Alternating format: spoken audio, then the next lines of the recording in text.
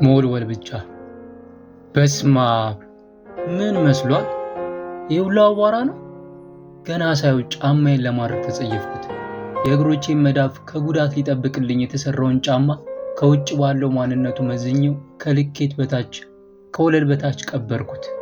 ጫማውን ላነሳ ካጎነበስኩበት ለመወልወያነት የሚሆን ጨርቅ ቢጤ ዙሪያዬን አማተርኩ።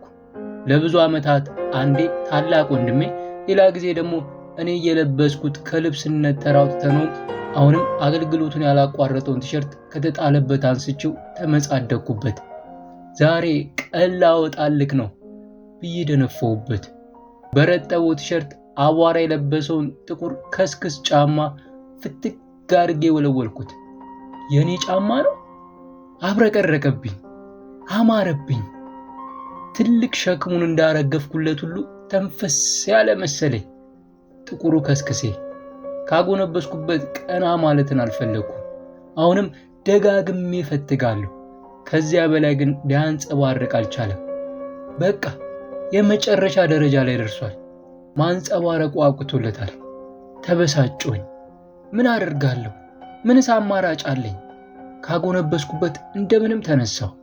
ይህኔ ግን ጭንቅላቴ ካጎነበሰበት ቀና ማለት አቅቶት ወድቆብኝ ቀረ። የሁላችንም ሕይወት እኮ እንደዚሁ ነው።